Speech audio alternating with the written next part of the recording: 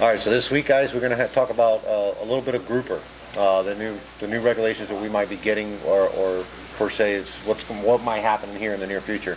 So, Brett, you were just go ahead and explaining to me and Danny a little while ago about what was going on with the red grouper and what this might be happening here in the near future. Yeah, so here in the South Atlantic, just today the email came out from the South Atlantic Council that was notifying anglers of a period of public comment because there's going to be a proposed change in the catch limits for red grouper. And it's going to be quite a drop next year from about 430,000 pounds per year for the whole recreational harvest for the South Atlantic to about just a little bit more than 75,000 pounds for next year. And that's a pretty steep drop in red grouper. And what's interesting is, I kind of like it, to be honest with you. well, that's what's interesting to me is that you hear. It's kind of scary to me though, but I can carry on, like please. it.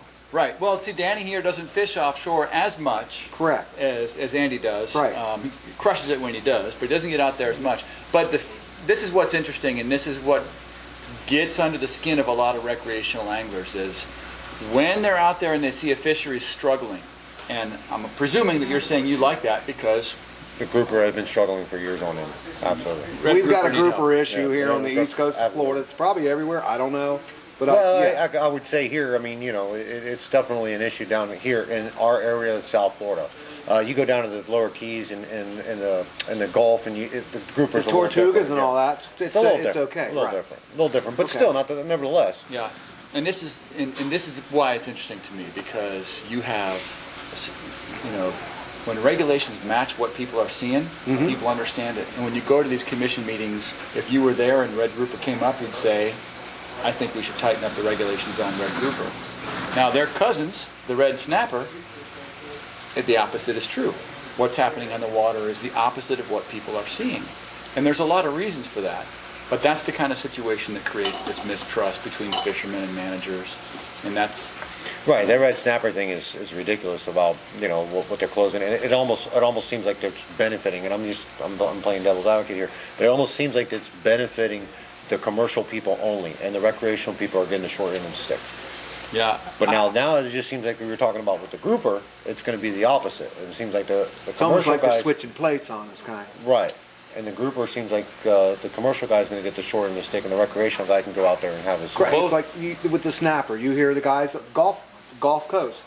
These guys go out there. All you hear is, we can't catch grouper. We can't get, it's red snapper, red snapper, red snapper, red snapper. Then Yeah. you talk to somebody who's overseeing the fishery, and there's like, well, according to our reports, there's not that many red snapper out there. I'm like, dude, really? I Yeah. mean, come on. Well, there's a couple of reasons for that, and one is, number one, the rate at which they grow. And red snapper, they grow over a time period. They grow really fast to get to a size.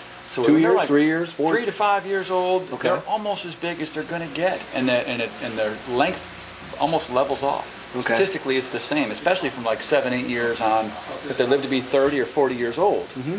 And that's very important for the reproductive rate. Now, a red grouper is more traditional, like a snapper grouper, complex fishery that lives to be 25 or 30 years, and their growth rate is a little slower. So they don't get to that good prime size where they're good in reproduction, you know, really what they call fecund, where a female has a lot of eggs until they're into their teens. Mm-hmm. You know, they're a slow-growing, older fish, and so that's one aspect of it. And the other aspect that we talked about a little bit earlier was the habitat issue. And red snapper, they stay offshore. They're an anomaly as far as snappers and groupers go. A lot of them come inshore. Red snappers don't. So their habitat's fairly intact down here. So They're a lot faster fish too. I mean, that's got to be from predators and whatnot. I mean, this red snapper's got to be a more where groupers are more staggering and they stay in the general area. I've seen dive videos. Those groupers will look at a spear fisherman and like, hey buddy, what's going on? You know, where a snapper, that snapper's taking off if he sees you. You know, so they're a little bit. red groupers do have a very high what they call site fidelity. They'll stay in an area. They're very loyal to it. But they also, throughout their life cycle, use a lot wider range of habitats, and it comes in a lot closer. They spawn offshore, Right.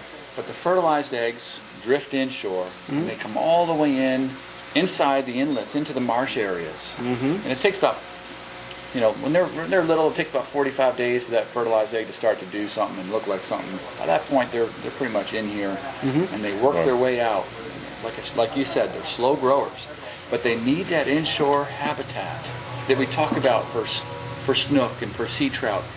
Snappers and groupers need that habitat too when they're real small. Right. And then when they move to the nearshore reefs after they're a few years old, still not sexually able to reproduce, and they're all females. I had to think for a second. The red groupers all start out as females.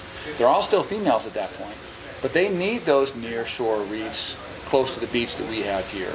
As a, like we talk about a lot, how they use it kind of like a ladder in their life cycle, out to deeper water and out to deeper water. A little bit bigger, a little deeper, a little bit bigger, a little deeper, a little bit bigger, and it's not like they grow up, turn adults inside, and then run offshore out to the offshore reefs.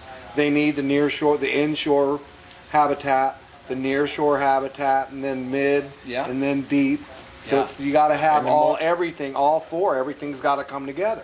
And our inshore is starting to take a beating. I shouldn't be changing conversation much, but it's just we got to have.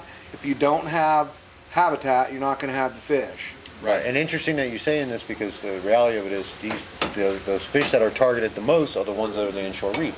That's the easiest way. The easiest people are going to get to it. It's not as rough. When you go to, especially in our area, when you go on offshore reef, you're talking 300-400 feet of water. You got stronger currents. You got stronger things to deal with. That's where your red snappers hang out in the deeper water. They don't come in, right? The true American reds never come into shallow water. Well, not normally. They'll start to push in. I mean, there's so many of them that they're kind of finding them in shallower and shallower waters in their range.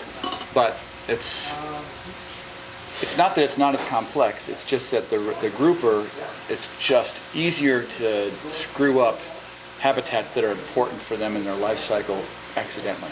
And just the benefit, talking about the reefs that they need, and we hear a lot about the benefits of dropping and deploying offshore artificial reefs. Now, the temperature of the water has to be a factor here, because I noticed in the wintertime, these grouper with the colder water, they get pushed in, the bigger ones, and that's why they actually have that closed season. I've always wondered if they get pushed in or if they move in for the spawn. Because that's like, it's grouper seasons, it's like wintertime, grouper season's closed, can't catch them. Well, got to let them go. I'll tell you, just talking strictly about the regulations here in the Atlantic. So your aggregate grouper limit is 3 per person, right? So, and it starts what? When does it start? May 3rd?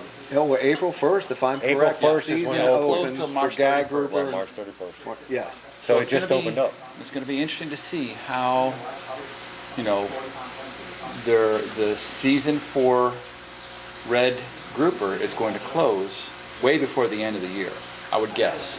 Right. And this is where it gets interesting as well. And this is where there is some contention in that the way that they estimate, well, like you asked me earlier, well, how are they going to know how many grouper recreational fishermen are catching? The only way they can know that now is the people that are standing at the dock that intercept you when you come in and say, "What'd you catch? Did you catch any red grouper?" That's why we got this program. So this is the only. This is the solution. That's the future right there. There is no, folks. That is the future. Yeah. iAngler is the future. Yeah, you guys, it's very crucial that I think that this is ideal to our future of figuring out, instead of these people just making assumptions of what's going on out there and making these regulations thinking they know what the answer is, and it doesn't seem like they do. I mean, 95% of the time, but we're getting short on time, guys, so let's close this out. There's such a broader area that gets covered by all the recreational anglers. There's so many more recreational anglers than there are commercial anglers. And then if you can get the recreational anglers to go on iAngler and log all their grouper catches, it gives the fishery management people a better look at what's going on. Because, look, I don't think they really like to shut things down. I think they wish it was like, hey, there's so many fish, everybody fish, have at it. Sure. But it doesn't work that way. Today's age is where we're getting together and we're grouping together. Start making those fish count, because they're using this data.